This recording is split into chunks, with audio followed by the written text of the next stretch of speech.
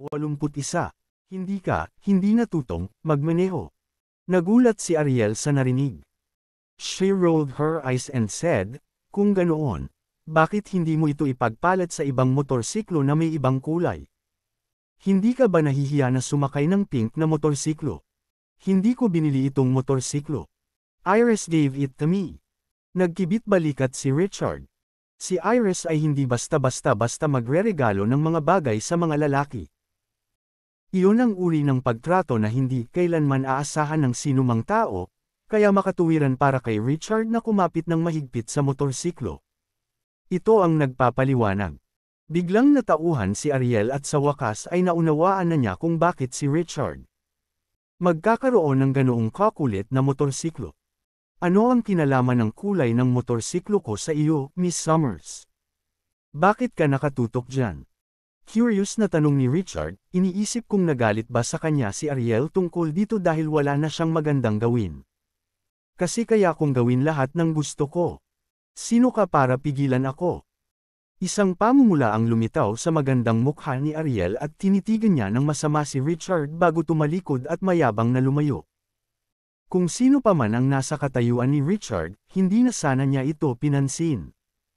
At nakialam sa kanilang mga gawain. Pero iba si Richard.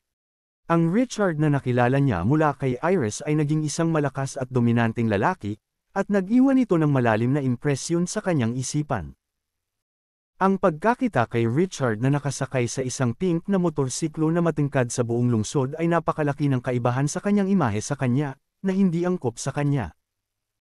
Totoo yata ang sinasabi nila na mahirap intindihin ang mga babae. Bumantong hininga si Richard at iiling-iling ang kanyang ad habang naglalakad patungo sa office building sa likod ni Ariel.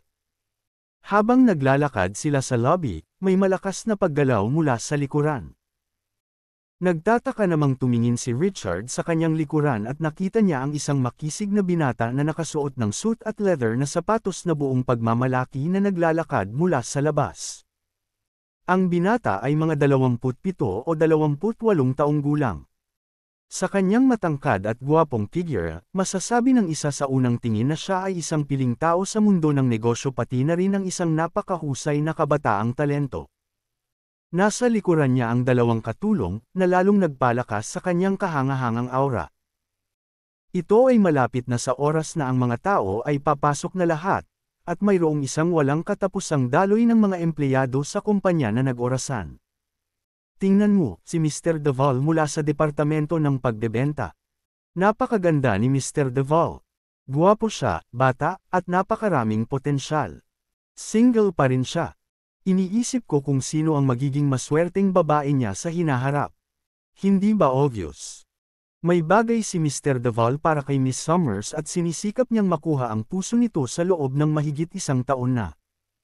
Si Miss Summers ang tanging babaeng makakapantay sa kanyang prestihiyo. Oo, perfect match sila. Maraming babaeng empleyado ang napalingon sa binata. Ang kanilang mga mata ay kumikinang sa paghanga, at halos ang kanilang mga mag-aaral ay magiging maliliit na puso.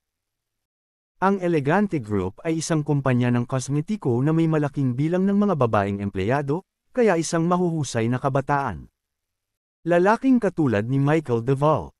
Isa siyang Prince Charming sa mata ng maraming babaeng empleyado. Tik. Ano bang kaguluhan sa kanya? Malayo pa siya para makasama si Ariel. Hindi natuwa ang ilang empleyadong lalaki dahil ang tingin nila kay Ariel ay isang anghel at naisip nila na si Michael W. Gayunpaman, ang mabubuting lalaki ay hindi dapat makipag-away sa mga babae. Hindi alintana kung gaano sila kalungkot, mas alam nila kaysa sa mga babaeng kasamahan sa mata. Ariel, hintayin mo ako. Natuwa si Michael nang makita si Ariel sa unahan. Mabilis siyang lumapit sa kanya para pigilan silang dalawa ni Richard. Mr. Deval, maaari mo bang maging mas profesional at tawagin ako bilang Miss Summers? Ikaw at ako ay malapit, alam mo. Kabanata 82. Ipinahayag ni Ariel ang kanyang sama ng loob. Ang Elegante Group ay kasangkot sa negosyo ng fashion, kaya maraming mga maliliwanag at kaakit-akit na kabataang babae sa loob ng kumpanya. Na si Ariel ay maaaring tumayo mula sa karamihan at kilala bilang pangalawa ang pinakamagandang babae sa kumpanya ay isang patunay ng kanyang kahusayan sa lahat ng aspeto. Sa pamamagitan lamang ng kanyang hitsura at kagandahan, kakaunti ang mga tao na maaaring malampasan siya sa buong Springfield City. Napakalayo pa rin ni Michael sa kanyang tangkad. Higit sa lahat, ang kagustuhan ni Ariel sa mga lalaki ay nakahilig ng gusto sa dominante at mapanindigan na uri. Si Mike Hale, sa kabilang banda, ay isang pretty-faced na individual na hindi sapat na lalaki para sa kanya. Ang mga baboy ay malamang naaakyat sa langit bago siya maakit kay Michael. Oo, syempre, awkward na ngumiti si Michael. Napasulyap siya kay Richard, na tumabi kay Ariel, at nagbago ang expression niya nang may maalala siya. Hindi ba ito si Mr. Wolf mula sa departamento ng presidente? Nagulat si Richard dahil hindi niya inaasahan na malalaman siya ng isang executive ng kumpanya sa kabila ng 2 araw lang siya sa kumpanya. Ikinagagalak kitang makilala, Mr. Duvall. I'm that same Richard Wolf from the President's Department. Ngumiti si Richard at inabot ang kamay para makipagkamay kay Michael. Hindi ako masaya na makilala ka. Ngumisi si Michael at hinampas ang braso ni Richard. Natigilan at natarante si Richard. Iniisip niya kung nakakasakit ang alinman sa kanyang mga aksyon. Michael upang magtamo ng gayong pag-alit na reaksyon. Ariel, mahigit 1 taon ko nang sinusubukang makuha ang puso mo, at alam mo namang totoo ang nararamdaman ko para sa iyo. Hindi ko lang maintindihan kung ano ang nakakaakit sa kanya. Mukha siyang bumpkin ng bansa. Hindi siya kasing gwapo ko, and he's far behind me in terms of competency and talent. Bakit ka maa-attract sa kanya? Anong meron sa kanya na mas magaling sa akin? Tinuro ni Michael si Richard. Puno ng matinding galit ang kanyang mga mata na para bang kakainin niya si Richard. Sa totoo lang, hindi masama si Richard sa lahat ng hitsura at disenteng kaakit-akit. Maaaring hindi siya gaanong kapansin-pansin sa unang sulyap, ngunit ang kanyang hitsura ay makikita mo sa bawat isa. Dumaraan na sulyap. Siya ay nagtataglay ng isang mayamang lakas ng lalaki pati na rin ang isang kakaibang alindog kabaitan at banayad na sa.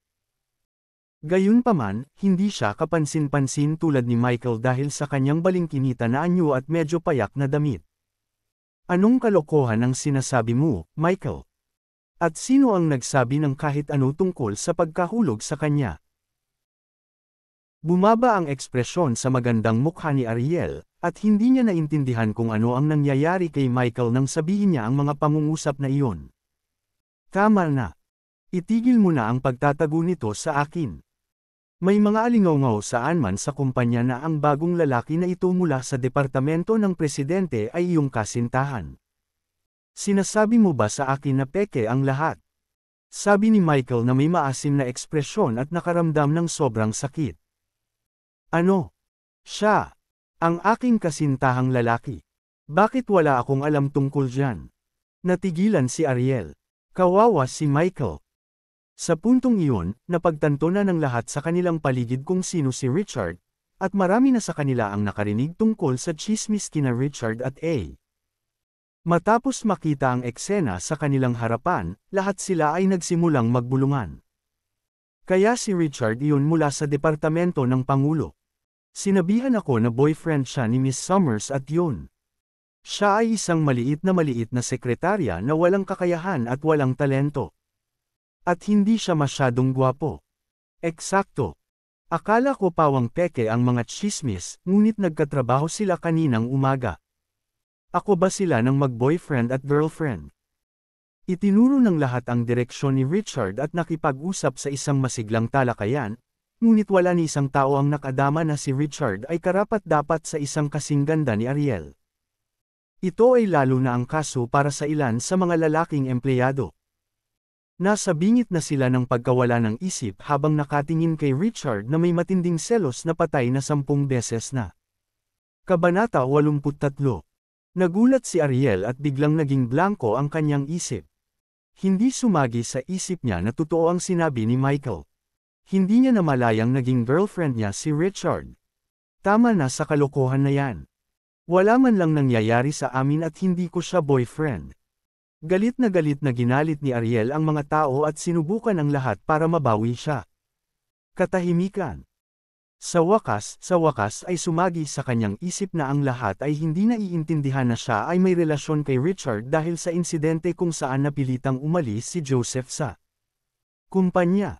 Gayunpaman, hindi niya iyon ginagawa at si Iris lang ang sinisisi niya. Sek. Natigilan din si Richard. Hindi niya akalain na ang walang kwentang bagay na kinasasangkutan ni Joseph ay haantong sa ganoon kalaking hindi pagkakaunawaan. Lahat kayo nagkakamali. Hindi ako ang nobyo ni Miss Summers, at hindi niya ako kinaiinteresan. Paulit-ulit na iwinagayway ni Richard ang kanyang mga kamay sa pagtatangkang linawin ang hindi pagkakaunawaan. Ano? Sinabi mo lang na hindi kita interesado. Tinuro siya ni Ariel at tinanong. Ang mga salita ni Richard sa binanggit ang kanyang galit sa loob ng ilang sandali ng kanyang pagbabalik sa katinuan. Nagkaroon siya ng walang katapusang stream ng mga manliligaw na kinabibilangan ng mga anak ng makapangyarihang tao at kabataang individual na may malaking potensyal. Siya ay palaging isa na minamaliit ang iba sa kanyang mapagmataas na saloobin, ngunit Richard Song. Ihaw sinabi na hindi siya interesado sa kanya. Ito ay lubos na mapangahas. Ako. Hindi ko sinasadyang negatibo. Ang gusto kong sabihin ay hindi ikaw ang tipo ko, napagtanto ni Richard na nagkamali siya sa pagsasalita at nagmamadaling binago ang kanyang sarili upang mabawi ito. Sa kasamaang palad, ang kanyang mga pahayag ay tila nagpapalola ng mga bagay kaysa dati. Paano ito naiiba? Namula ang mukha ni Ariel. Ang mga sinabi ni Richard ay maaaring hindi masakit, ngunit sila ay labis na nakakainsulto. Itinuring ni Ariel ang kanyang sarili bilang isang maputi at magandang babae. Walang lalaki ang dapat na makalaban sa kanyang perpektong figura at malaglag patay na napakarilag hitsura. Maswerte si Richard na hindi siya sumabog sa galit matapos magbitaw ng mga nakakainsultong pananalita. Sinasabi ko ang totoo. Nang maramdaman ni Richard ang galit at pamatay na hangarin sa mga mata ni Ariel, ang kanyang anit ay naging manhid at ang kanyang boses ay naging mas mahina. Si Iris ay maaaring matikas ngunit medyo walang malasakit sa labas ng mundo, ngunit siya ay napakabanayad at mabait bukod pa sa napakamaalalahanin sa kanya. Si Ariel naman ay iba. Ang impresyon niya sa kanya ay na siya ay isang malakas, sexy, at dominanteng babae, isang taong magiging hamon para sa sinumang lalaki na manalo. Kung sino sa kanila ang type niya, tiyak na pupuntahan niya si Iris dahil wala man lang siyang nararamdaman kay Ariel. Jerk. Ang lakas ng loob mong layuan ako kahit kailan hindi kita nilayuan sa pagiging ate mo. Pumunta sa impyerno. Nagalit si Ariel. Itinaas niya ang paa niya at tinapakan ang instep ni Richard, tinusok ang mataas na takong niya habang nakataas ang ulo. Napabuntong hininga si Richard sa sakit at muling nakakuha ng unang kamay na kaalaman kung gaano kahirap intindihin ang mga babae. Nang mawala sa paningin nila ang figure ni Ariel, isang grupo ng mga lalaking empleyado ang kumapit sa kanilang mga puso, halos parang naririnig na nila ang kanilang mga puso na durog-durog. Maaaring sinubukan nina Ariel at Richard ang kanilang makakaya na itanggi ang lahat, ngunit ang paraan ng kanilang pakikisalamuha sa isa't isa ay nagpapaalala ng malandi na pagbibiro, at tila ba sila ay nasa isang relasyon. Sa sobrang inggit ni Michael ay hinawakan niya ang kwelyo ni Richard at nagbanta, "I'm warning you, Richard. Tumigil ka na. Baliw ka. Sinabi ko na sayo na hindi ko siya boyfriend. Hindi ko problema kung hindi ka maniniwala." Tinulak ni Richard si Michael. Kabanata 84. Si Richard ay nasa napakalungkot na kalooban pagkatapos matanggap ang napakasakit na padyak na iyon mula kay Ariel kanina, kaya natural na aasahan ng isang tao na asar siya kay Michael at kibot balikat ang lalaki bago umalis.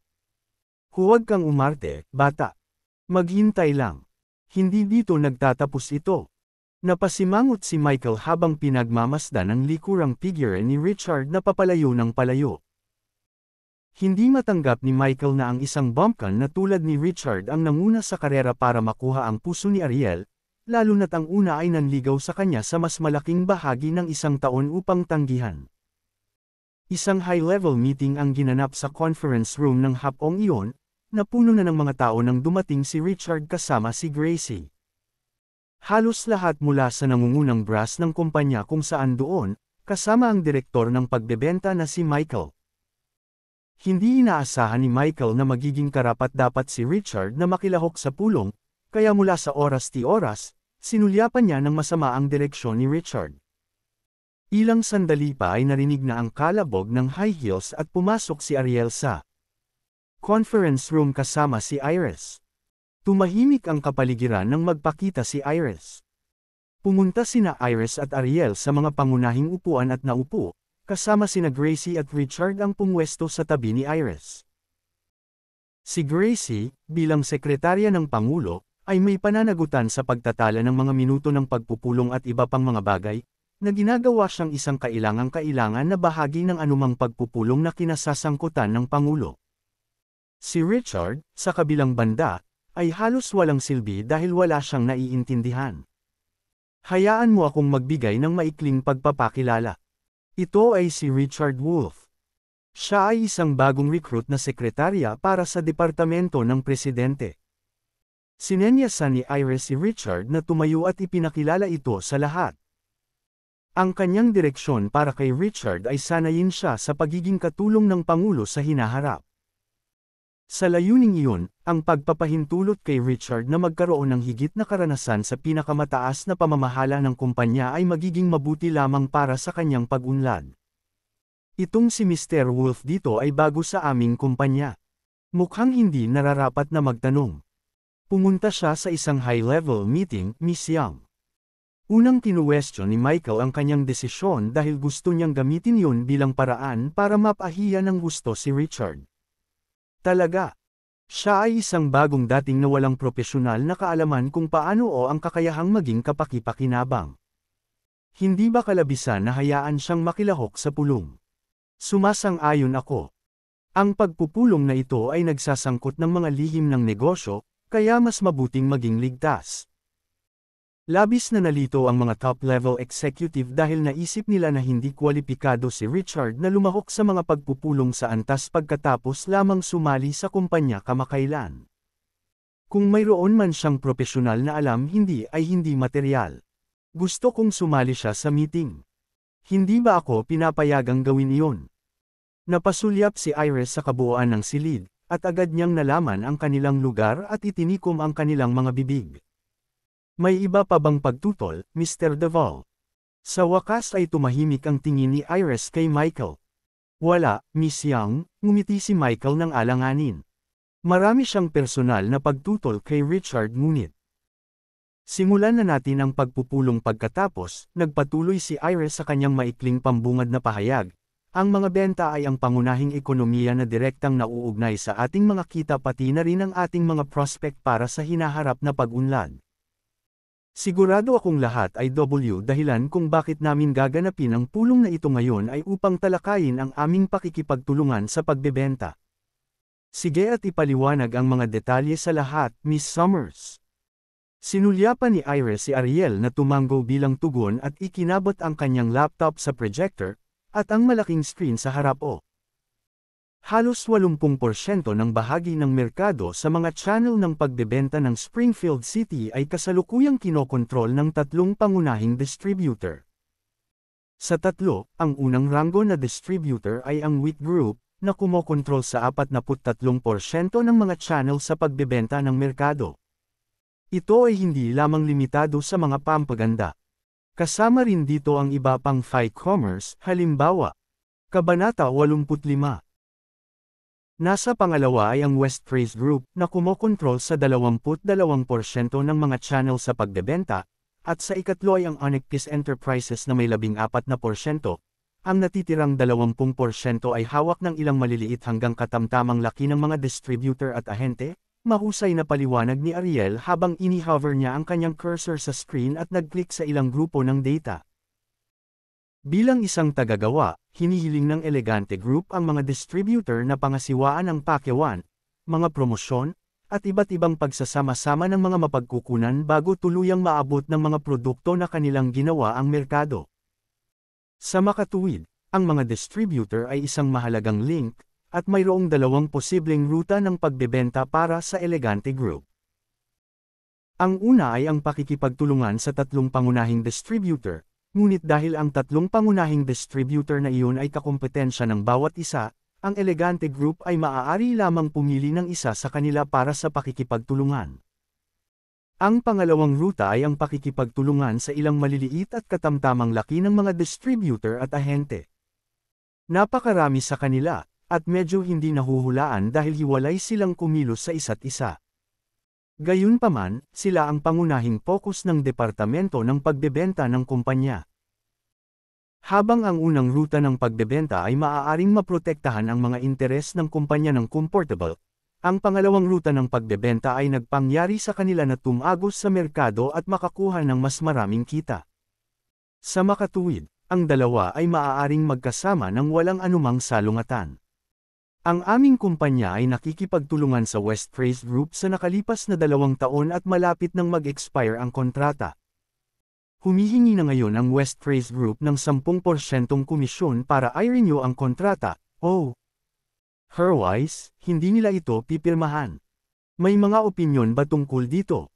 Medyo nagtatampo si Ariel.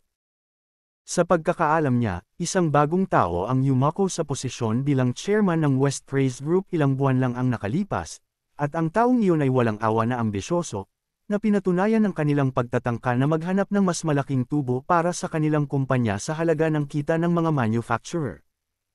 Ito ay pareho para sa lahat ng mga kasosyo ng Westphace Group at hindi lamang ang Elegante Group. Ang aming kita ay halos 20% lamang sa kabuuan, at ang bilang na iyon ay tiyak na bababa kung babawasan namin ang sahod ng empleyado at iba pang iba't ibang gastos sa pagpapatakbo.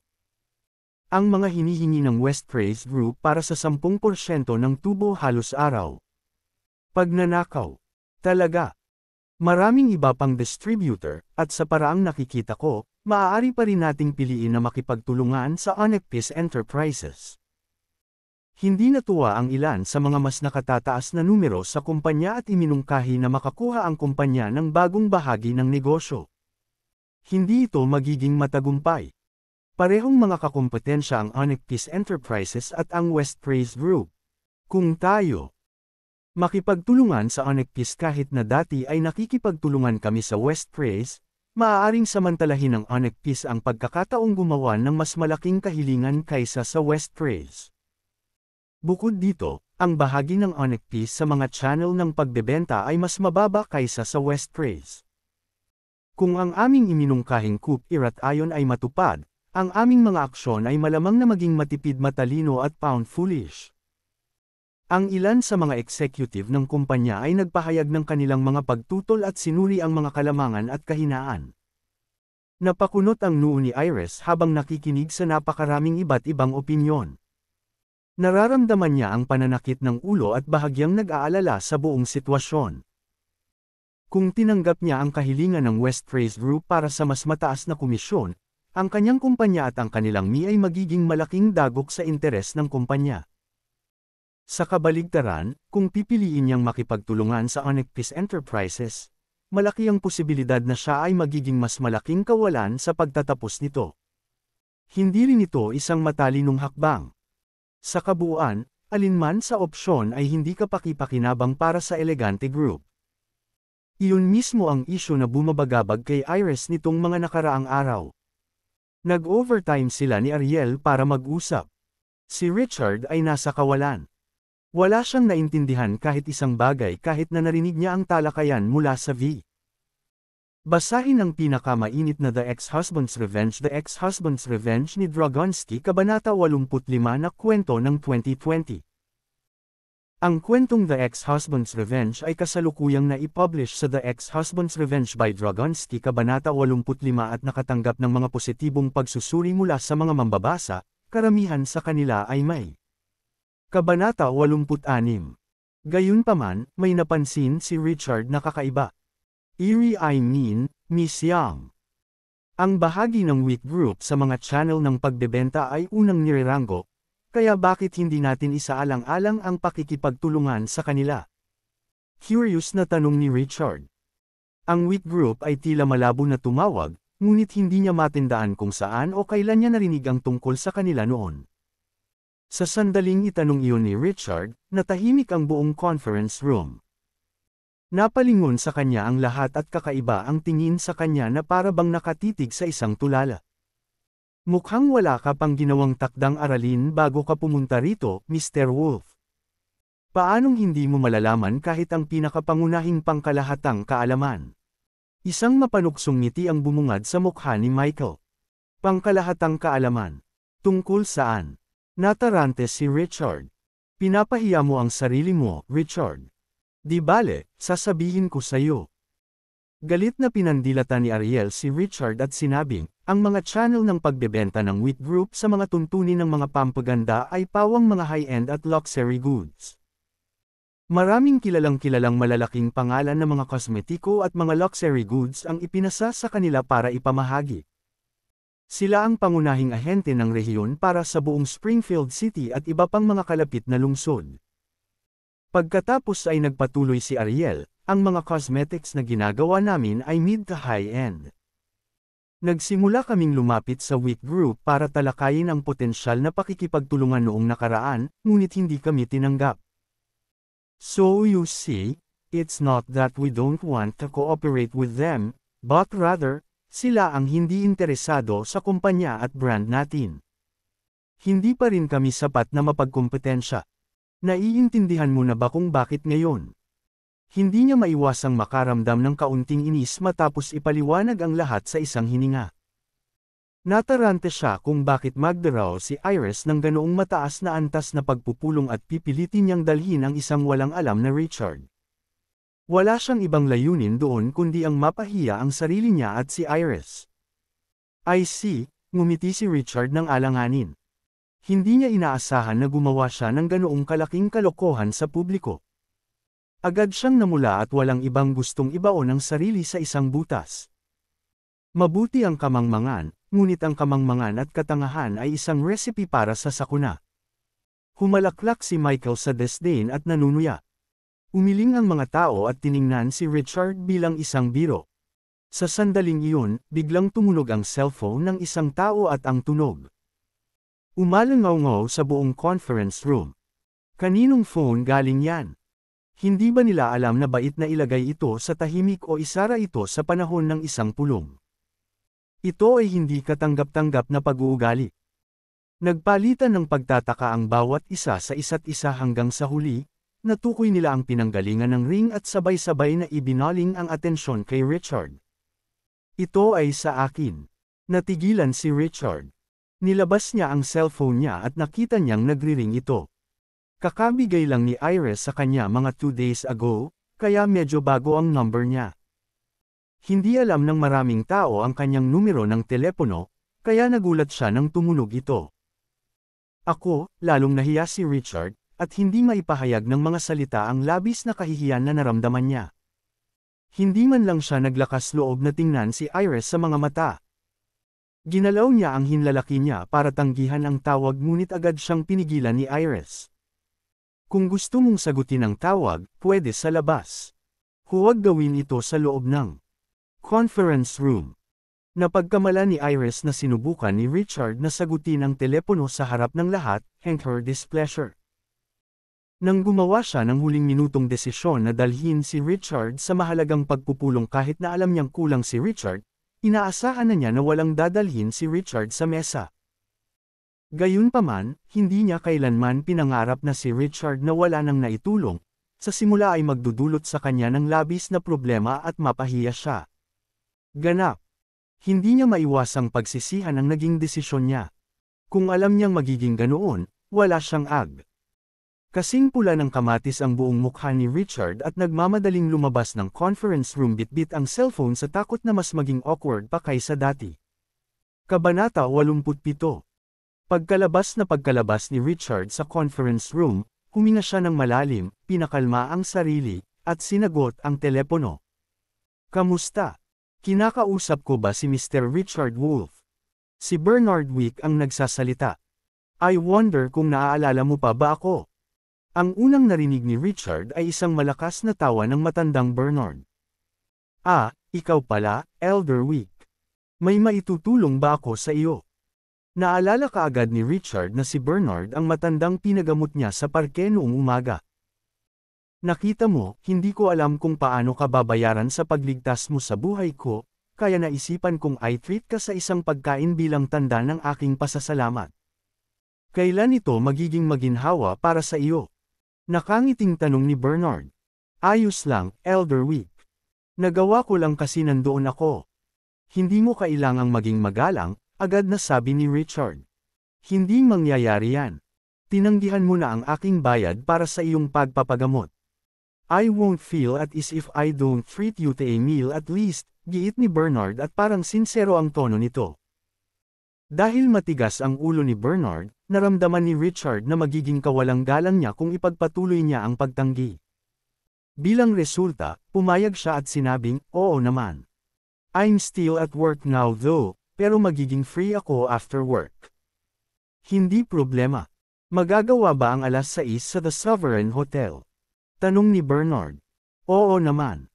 Pagkakasundo sa isang oras, ibababa na sana ni Richard ang telepono nang bigla siyang natauhan.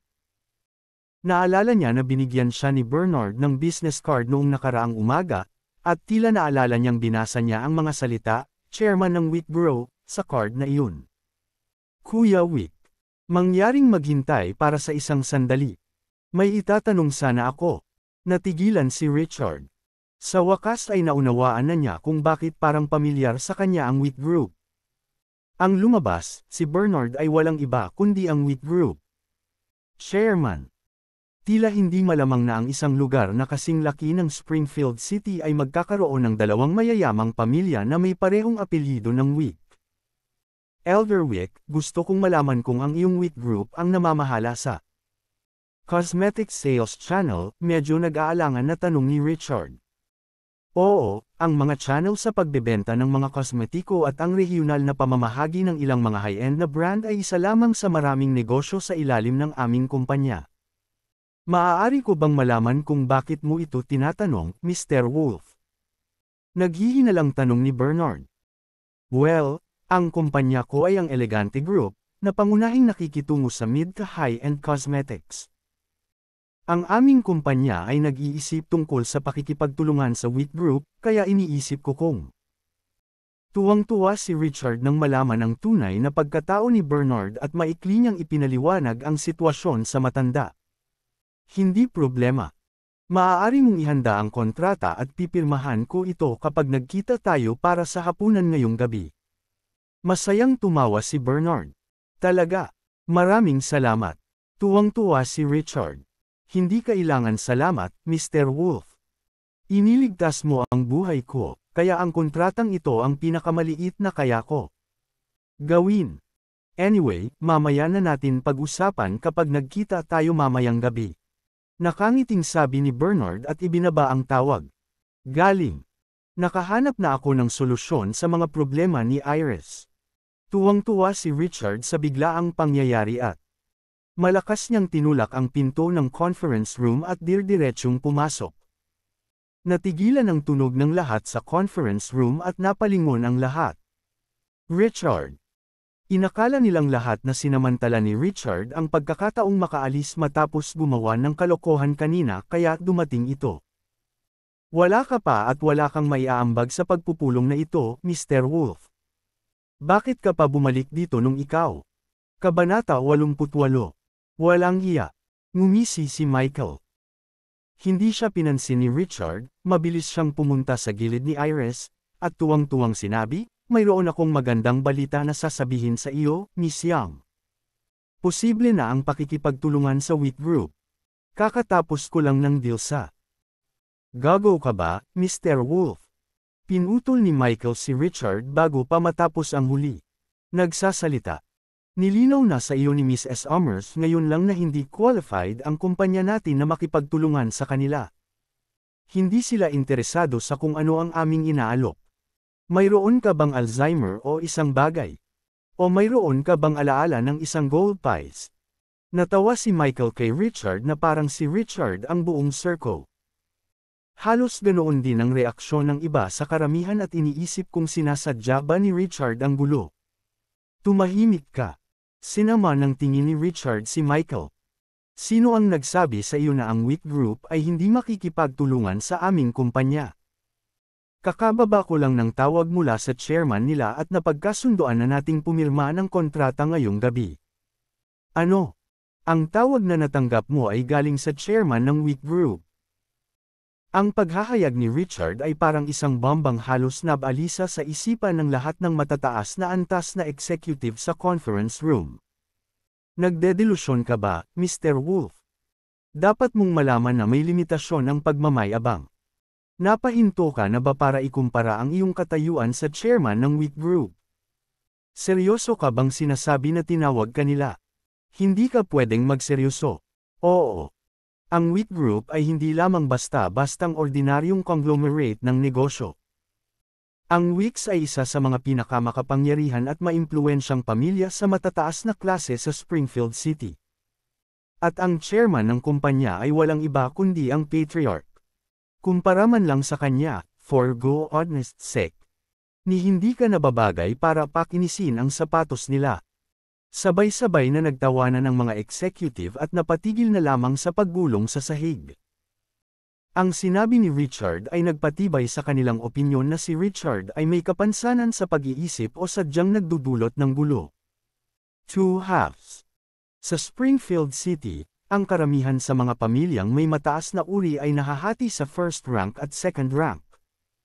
Sa turn, ang apat na pangunahing pamilya ay may pinakamataas na ranggo sa mga unang ranggo na pamilya.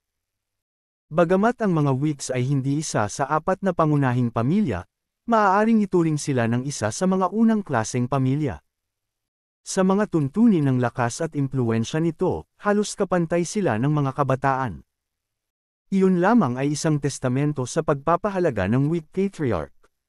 Baka hindi man lang ma-entertain ng Wick si Iris kung bibisitahin niya sila, what more ang hamak na maliit na secretary na tulad ni Richard. Kung tutuusin, kung gusto nilang pag-isipang magtrabaho kasama si Iris, noon pa nila tinanggihan ang elegante group.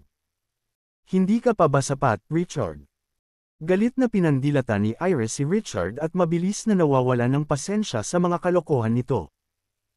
Alam na alam niya ang kasaysayan ni Richard, at kung may kakayahan si Richard na magkaroon ng relasyon sa Wicks, hindi sana siya nabuli ng husto ni B. Eerie Miss Young. Nagsasabi ako ng totoo. Nablangko ang isip ni Richard. Akala niya ay matutuwa si Iris na marinig ang mabuting balita, ngunit hindi niya akalaing hindi siya paniniwalaan ni Iris kahit kaunti. Tumahimik ka. Isa pang salita mula sa iyo at wala ka na sa meeting. Ang magandang mukha ni Iris ay naging yellow, at siya. Paulit-ulit na pinagtutuunan ng pansin ng lahat si Richard mula nang magsimula ang pulong. It w act of grandstanding from him, which gave her no reason to trust any of his words. Si Ariel naman ay napa-facepalm na at tinatakpan ang bahagi ng mukha.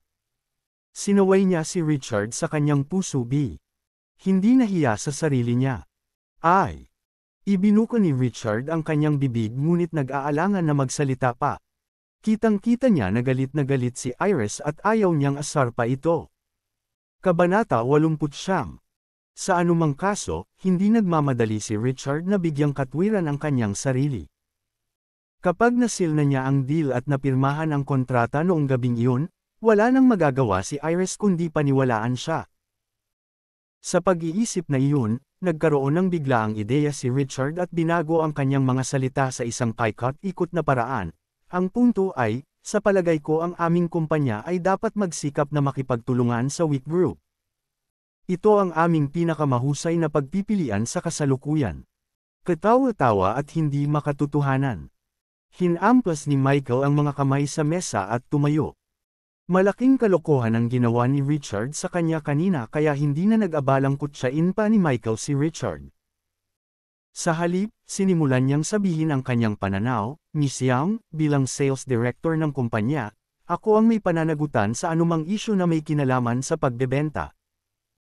Sa palagay ko ang aming kumpanya ay dapat na patuloy na makipagtulungan sa West Praise Group, at iminumungkahi ko na ang magkabilang panig ay magsagawa ng isang negosasyon at magsikap na bawasan ang kanilang mga hinihingi sa kita sa halos 5%. Ipinagpatuloy niya, bukod dito, maaari din tayong pumunta sa pangalawang ruta ng pagbebenta sa pamamagitan ng pagpapataas ng pakikipagtulungan sa ilang maliliit hanggang katamtamang laki ng mga distributor at ahente. Maaari naming subukan na makinabang mula dito hanggat maaari upang mabawi ang pagkawala ng 5% kita na iyon. Ngumiti si Michael nang may pagmamalaki at ibinigay ang kanyang detalyadong pagsusuri sa mga kalamangan at kahinaan. Nang matapos siyang magsalita, sumambulat ang mainit na palakpakan sa conference room. Kamanghamanghang gaya ng dati, Mr. Deval. Tulad ng inaasahan ng isang propesyonal na tindero. Napakahusay na pagsusuri ng isa sa aming napakatalino na mga talento. Oo, mababawasan ang pagkalugi ng kumpanya natin kung susundin natin ang kanyang mungkahi. Talagang magandang ideya ito. Isang grupo ng mga high-level executive ang nagbigay ng papuri kay Michael at nagpahayag ng kanilang suporta para sa kanyang mungkahi. Maging si Iris ay hindi napigil ang tumango bilang pagsang-ayon. Isinaalang-alang niya ang plano noon at nadama niya na ito ang pinakamabisang paraan sa ngayon. Ang tanging disbentaha ay ang balanse ng kapangyarihan ay maaaring mapunta sa West Praise Group kung ang Elegant Group ay gumawa ng mga konsesyon. Kung gayon, ang huli ay maaaring nasa isang napaka-passive na posisyon para sa hinaharap na mga pakikitungo sa negosyo. Naipaliwanag ito ni Mr. Deval. May iba pa bang opinyon? Sabi ni Iris, saka lumingon kay Ariel. Namumula ang mukha ni Ariel at napakagat ng ngipin. Pagkatapos ng maraming pag-uusap tungkol sa bagay na iyon sa nakalipas na 2 araw, napagpasyahan niya na ang kumpanya ay mas mahusay na pinaglingkuran sa pagsisikap na makamit ang pakikipagtulungan sa WIC Group. Sa kabutihang palad o sa kasamaang palad para sa kanya, inilagay ni Richard ang kanyang mungkahi bago niya ginawa. Ang higit na nakababahala ay ang katotohanan na binansagan siya ng lahat na tanga dahil dito. Kung susuportahan niya ang ideya ni Richard, halos tiyak na magiging tanga rin siya sa paningin ng iba. Miss Young. Sa tingin ko, mas mabuting subukan at makipagtulungan sa WIC Group. Malungkot ang ekspresyon ni Ariel, ngunit kalaunan ay nagpahayag pa rin siya ng kanyang iniisip. Ano? Laking gulat ng lahat na halos mahulog ang kanilang mga panga sa lupa. Walang mag-aakalang magkakapareho ang pananaw ni Ariel sa tandang Richard na iyon. Anong ibig mong sabihin, Miss Summers? Alam mo bang imposibleng makipagtulungan sa WIC Mr. Wolf ng kusa dahil sa iyong espesyal na relasyon sa kanya? Nagbago ang ekspresyon ni Michael, oo, nakalimutan ko na sana ang tungkol dito kung hindi mo nabanggit, Mr. Deval. Mga alingaw-ngaw tungkol kay Mr. ilang araw. Palagi kong iniisip na ito ay isang tsismis lamang, at dapat kong aminin na medyo nakakagulat na malaman na ito ay totoo. Halos lahat ay nakarinig ng mga alingaw-ngaw at nabigla nang makita na ito ay napatunayang totoo. Ang suporta ni Ariel kay Richard ay kinumpirma ang katotohanan ng mga tsismis na iyon. Napatulala si Ariel. Handa na siyang pretuhin bilang isang tanga, ngunit talagang hindi siya handa na harapin ang isang sitwasyon kung saan ang lahat ay naligaw upang maniwala sa mga salita ni Michael. Wala siyang ideya kung paano pa siya magmakaawa na ipaliwanag ang sarili ngayong naniniwala na ang lahat sa tsismis na boyfriend niya si Richard. Kabanata 10. Ikaw, ang girlfriend ni Richard. Totoo ba yan? Nawala sa bibig niya ang gulat na dumating kay Iris. Malawak na agip. Malinaw niyang naalala na hindi talaga gusto ni Ariel si Richard nang magkita sila 2 araw na ang nakakaraan, at si Ariel pa nga ang tumatawag sa kanya na ate. Hindi niya inaasahan na magiging malapit sina Ariel at Richard sa loob lamang ng 2 araw, at ang higit na kapansin-pansin ay ang relasyon nila ay naging malapit na Godspeed. Bilis. Hindi niya ako girlfriend, galit na pinandilatan ni Ariel si Iris at naisip niya, lahat lang ito dahil ako ang sisihin sa iyo pagkatapos mong tanggalin si Joseph. Hindi naman. Hindi ko siya girlfriend, Miss Young. Wala tayong kinalaman sa isa't isa, please believe me. Paulit-ulit na ikinaway ni Richard ang kanyang mga kamay bilang pagpapakita ng pagiging totoo dahil ayaw niyang magkamali si Iris sa relasyon nila ni Ariel. Ikaw, nagngangalit si Ariel sa galit at hindi maintindihan ang gustong iparating ni Richard sa kanyang mga kilos. Sabik na sabik siyang linawin ang hindi pagkakaunawaan sa harap ng lahat na halos pakiramdam niya ay nag-aalala siyang mahuhulog ito sa kanya. Seryoso ba siya? Saan niya nakuha ang ganoong klaseng pagtitiwala? Nagnganga ang ngipin ni Ariel. Buti na lang kaya niyang pigilan ang sarili sa halip na bumangga sa galit. Tumingin si Iris kay Richard, pagkatapos ay kay Ariel, at tila may na-realize bago pilit na ngumiti at sinabing, sige. Balik sa trabaho. Ibahagi ang iyong opinyon ng detalyado sa amin, Miss Summers. Huminga ng malalim si Ariel at sinubukang pakalmayan ang sarili. Ang pag-unlad ng aming kumpanya ay umabot na sa bottleneck.